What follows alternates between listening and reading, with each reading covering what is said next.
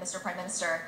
Mr. President, I wanted to ask you about the situations in both Yemen and in Ukraine.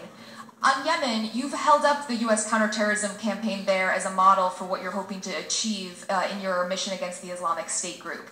How does the political upheaval in Yemen affect U.S. efforts there? And will it cause you in any way to retool aspects of your broader counterterrorism strategy? And on Ukraine, pro-Russian rebels are again launching new offenses.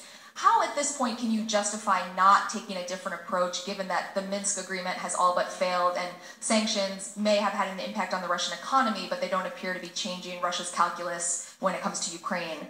And Mr. Prime Minister, I wanted to go back to climate change. White House officials have said that they hope that the recent U.S.-China agreement can spur countries like India to make similar commitments to cut emissions. I'm wondering if you feel any pressure to take that kind of action because of the China agreement, and can a Paris climate summit produce a substantial result without that type of commitment from India? Thank you. Good.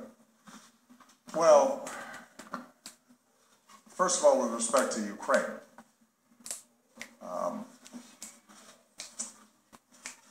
what I've said consistently is that we have no interest in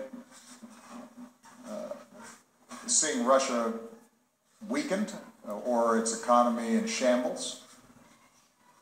We have a profound interest, as I believe every country does, in promoting a core principle, which is large countries don't bully smaller countries. They don't encroach on their territorial integrity. They don't encroach on their sovereignty, and that's what's at stake in Ukraine. And what we have done is to consistently isolate Russia on this issue and to raise the costs that Russia confronts. Now, when you say that we should take a different approach, Julie, I don't know exactly what you're referring to. I've been very clear that it would not be effective for us to engage in a military conflict with Russia on this issue. But what we can do is to continue to support Ukraine's ability to control its own territory.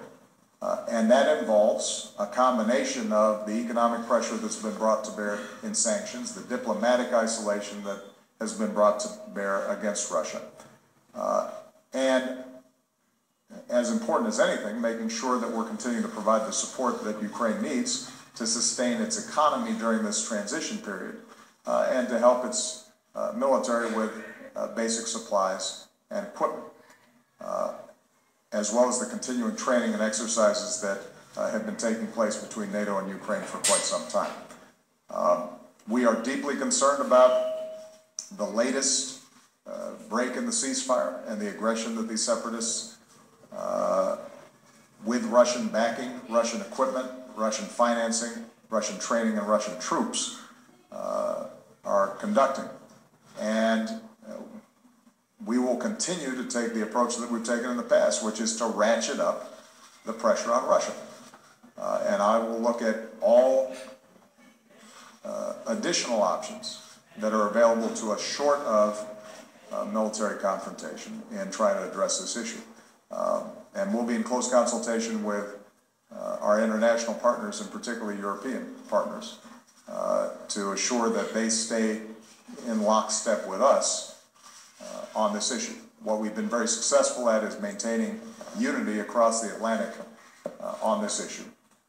And that's going to be a continuing priority of mine. But ultimately, what I've said before remains true. If Mr. Putin and if Russia are hell-bent on engaging in military conflicts, their military is more powerful than Ukraine's. And the question is going to be whether they continue to pursue a path that not only is bad for the people of Ukraine, but is bad for the people of Russia. And are we able to continue to raise the costs even as we're creating an off-ramp diplomatically that eventually the Kremlin starts pursuing a more sensible policy and resolving this issue. With regard to Yemen, my top priority has and always will be to make sure that our people on the ground in Yemen are safe. That's something that we have been emphasizing for the last several months and builds on the work that we've been doing over the last several years. It is a dangerous country in a dangerous part of the world.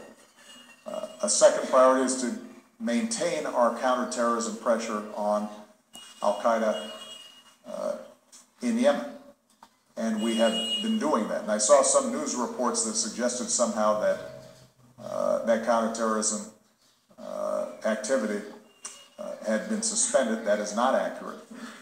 We continue to go after high-value targets inside of Yemen, and we will continue to maintain the pressure that's required to keep the American people safe.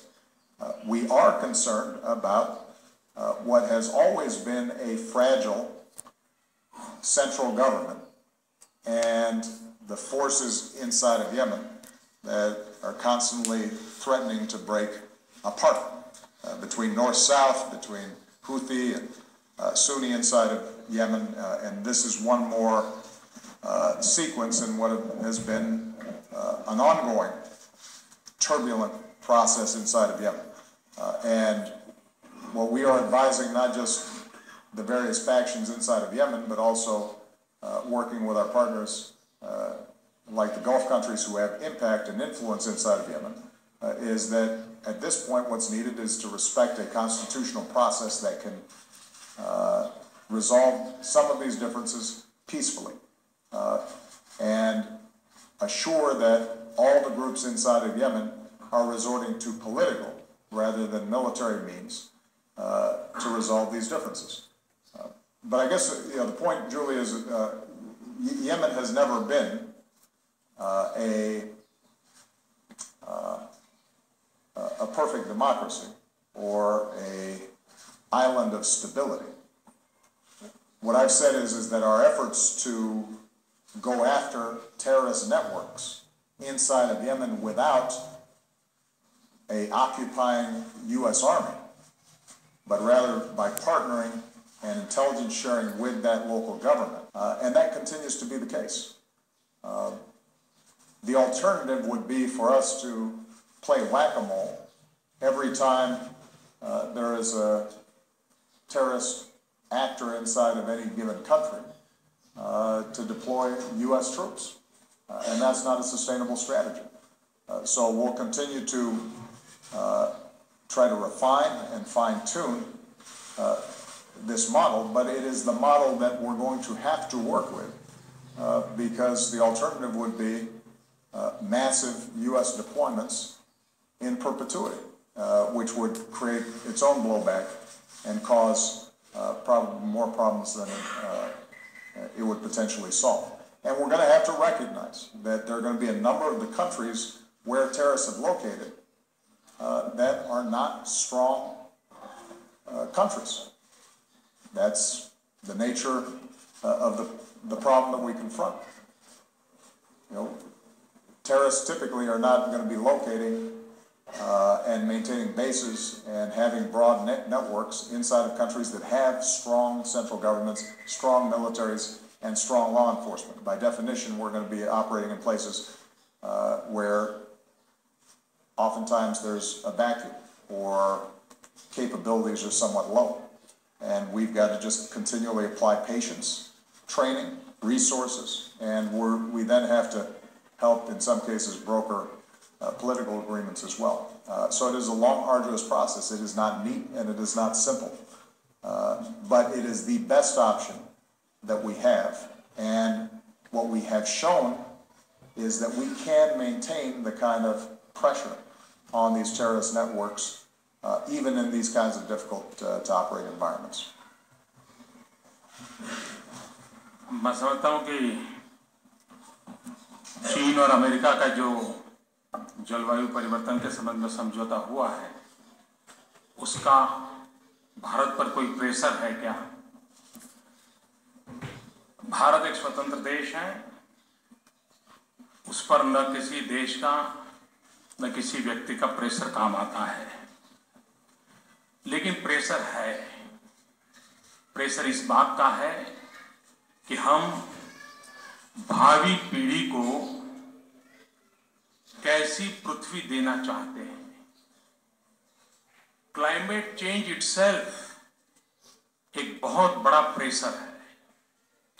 Global warming itself एक बहुत बड़ा pressure है, और जिसके भी दिल में भावी पीढ़ी के लिए चिंता है, आने वाली पीढ़ियों के लिए चिंता है, उनका ये दायित्व बनता है कि वे आज इस क्लाइमेट के संबंध में कॉन्शियस बने, उन रीति नीतियों को अपनाएं, ताकि हम भावी पीढ़ी को एक अच्छी जिंदगी दे सके, अच्छा एनवायरनमेंट दे सके। और मैं मानता हूं ये प्रेशर हर देश पे होना चाहिए, हर सरकार पर होना चाहिए, हर व्यक्ति पर होना चाहिए, और उसी प्रेशर को हम समझ पाते हैं और उसी को हम रिस्पॉन्ड कर रहे हैं।